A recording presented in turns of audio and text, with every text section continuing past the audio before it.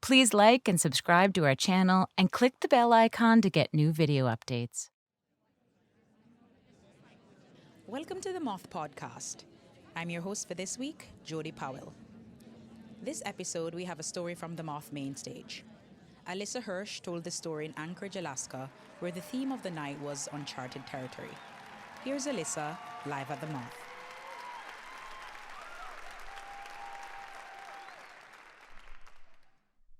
My boyfriend started telling me bedtime stories because my insomnia had gotten so bad that I wouldn't even try to fall asleep without having something to listen to. He told one story in particular that I really loved, the story that we had made up together over time, the story of a sloth. A little girl sloth who did not have insomnia. Every night her friends took her on a magic carpet ride all across the world, but every night she was too sleepy to enjoy the sights. They took her to Egypt and she slept through the pyramids. They took her to Peru and she slept through Machu Picchu.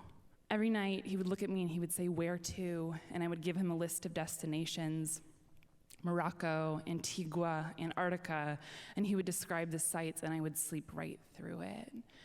If there was an end to that story, I never heard it once. We'd been dating for a while and things were going really well. He showed up at my house so often with flowers that I almost got sick of it. We had this really fun and flirtatious dynamic together, even a couple of years in. And so one morning we were in bed, just kind of wasting the day.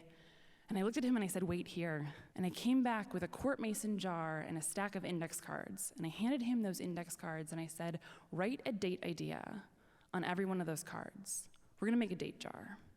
The thought was that if we were ever too stuck in a routine or we wanted an adventure but we didn't know what, we would pull an idea out of that jar and we would do whatever it said. We decided that literally anything counted as a date idea, and we also agreed that we wouldn't tell each other what we were writing down. We filled the whole jar. We did a lot of hiking together, and when I hiked with him, I liked to ask him questions about how he was doing, about how we were doing. And one day I asked him if there was anything that was missing for him with us, if there was anything that he needed and he wasn't getting, and he said no. He said, "Well, actually there is one thing. I wish that we watched more television together." Now, I am accommodating, and that is a pretty easy request to accommodate. And so a couple weeks later, we were watching an episode of TV before bed, and the episode ended, and that Netflix screen came up, the one that says, "Are you still watching?" And I looked at him and I said, "Are we still watching?" And he said nothing. I said, "Do you want to watch another episode?" He said nothing. I said, "What is going on?" And he said, "I think I need to move to Chicago." Now that almost made sense. He had a lot of friends in Chicago. He traveled there really regularly to visit them. But he knew I didn't want to move to Chicago. My friends, my family, my career, my whole life was in the Pacific Northwest. I also got the impression that he wasn't inviting me to come with. But I said, "If you think you need to move to Chicago, then we need to get you there on a trial. Could send you there for 4 months, spend the summer, see what you think, and then we'll figure it out." He fell asleep first that night. He fell asleep without telling me a story, and he fell asleep with a smile on his face, this smile of relief. And he slept with that smile the whole night, which I know because I did not sleep. I tossed and I turned, looking at him and then looking at my nightstand, and sitting on my nightstand, that date jar full of adventures that we hadn't gone on. But the next morning we got up, and I got to work helping him make plans. I took photographs of his house and wrote the posting to sublet it on Craigslist. I coached him on talking to his boss about working remotely. I started planning him a going away party. I wanted him to know that he had my unconditional support, no matter what that meant for us, but I wanted that support to be the reason that he came back home to me.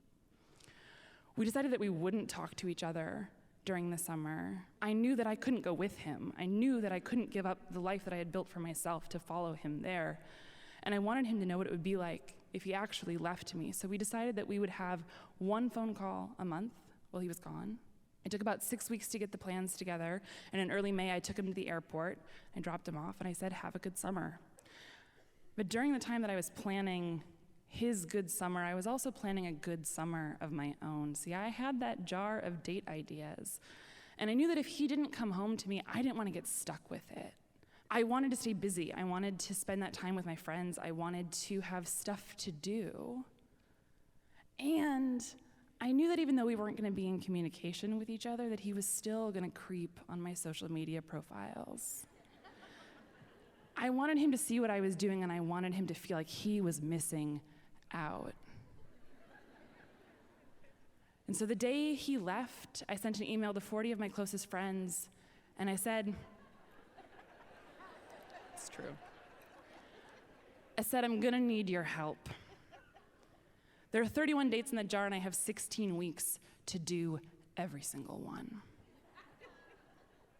My best friend Jen took the first date. We went swimming in the Columbia River. It was May, so it was cold, and the Columbia is not a swimmable river. I wrote that date idea, and technically the card said, get your head wet in the Columbia. And technically we did. Date 2, my friend Hoyt and I took a card game to the bar where Hoyt was dating the bartender. We tapped 2 strangers on the shoulder and we asked them to play with us. We played the game, we sat around telling stories, just shooting the shit. It was a really nice night. Date 4, Ellie, a game of horse at the basketball courts in our neighborhood that ended in so much laughter I almost died from not being able to breathe. Every single one of these dates I thought about him, especially the dates that he had written, but I was busy and I was having fun. Date 7, Katie and I made strawberry ice cream from scratch. 11, Teresa took me to Jamba Juice. 12, Jillian and I climbed trees in the park. At that point, we'd had 1 phone call, he and I, and things were going really well. He'd found a place to live, he'd found a desk in a co-working space, he bought a bicycle and he was using it to get to know the city. He didn't ask me about the dates that I was going on, but I know that he knew. 15, Shannon, the top of Rocky Butte at sunset with a picture-perfect view of Portland's 3 volcanoes. We were wearing sparkly capes that I had borrowed from my 3- and 5-year-old neighbors. Again, my date idea. 16, David invited a bunch of his friends over, cooked dinner. They sat in absolute stillness, listening to me tell all of the stories of the dates I'd been on so far, and then we played Pictionary. That was the date, and then they took me out for ice cream on tandem bicycles. By that point, we were halfway through the summer. It was July, and it was time for our second phone call. I remember the day exactly. I remember being so nervous but so excited to get to hear his voice. And that evening, he called me. I was sitting on my front porch. He called me, and he said, I've made a decision. I'm breaking up with you. I remember feeling like my stomach had fallen out of my body or like my body had fallen into a black hole. I remember thinking, no. I remember saying no. I don't know how we got off that phone call. I remember getting into bed and just crying. It was a Wednesday. I had plane tickets for Friday to go to San Francisco to visit a couple friends and do a couple more dates. And I almost canceled. I thought, what the hell am I doing? Why am I doing this to myself? But I kept those plans, and I'm so glad I did. That weekend, my friends passed me from one to the next like I was a baton in a relay race. My old friend Rob picked me up from the airport. Date 17. We spent a defined period of time together in silence. It's a weird date idea, right?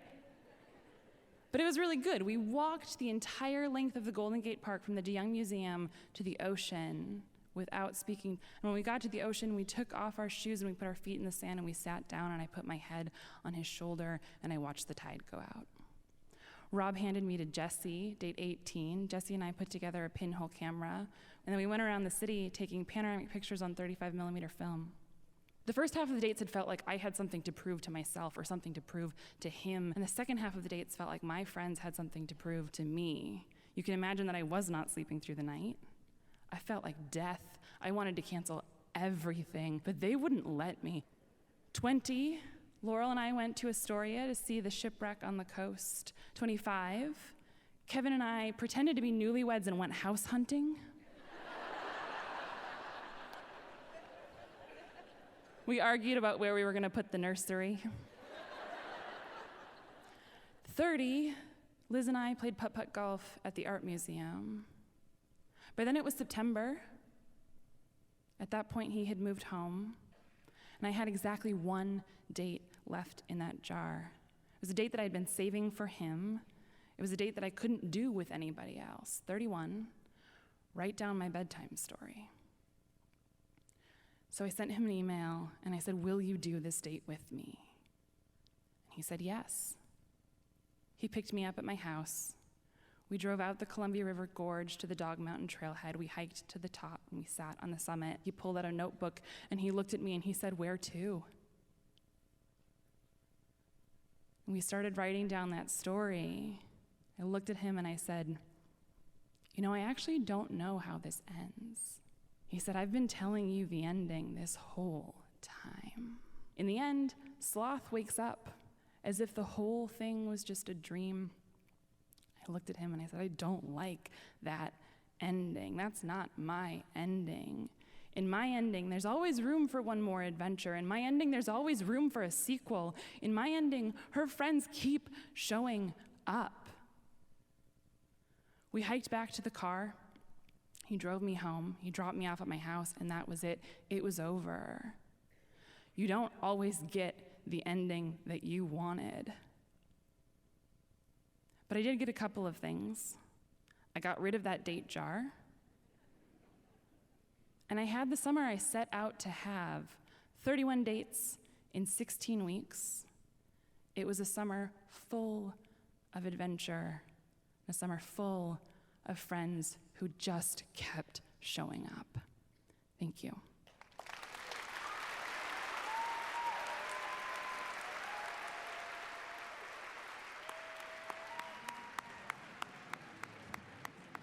That was Alyssa Hursh. She lives in Portland, Oregon, with a small flock of chickens and a foster pit bull named Blue. We followed up with Alyssa, and she told us that after the breakup, she wanted to prove to herself that she was indestructible.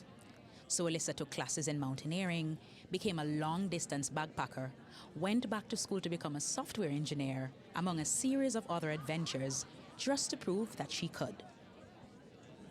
Alyssa wrote to us from a remote part of New Mexico, where she was just 170 miles away from completing the Great Divide mountain bike route. It's the longest off-pavement route in the world, stretching from the Canadian border in Montana to the Mexican border in New Mexico. When we heard from Alyssa, she had already biked over 2,000 miles. To see some photos from Alyssa's summer of dates and her current bike trek, head to our website, themoth.org/extras. That's all for this week. Until next time, from all of us here at The Moth, have a story-worthy week. Jodi Powell is a producer on the Moth's main stage and Story Slam teams. Jodi also directs and teaches with our community and education teams. She says the spark that ignites her is that moment when a storyteller is center stage and you can feel the audience listening. This episode of the Moth Podcast was produced by me, Julia Purcell, with Sarah Austin Janess and Sarah Jane Johnson. The rest of the Moth's leadership team includes Catherine Burns, Sarah Haberman, Jennifer Hickson, Meg Bowles, Kate Tellers, Jennifer Birmingham, Marina Kluche, Suzanne Rust, Brandon Grant, Inga Glodowski, and Aldi Kaza. Moth stories are true as remembered and affirmed by storytellers.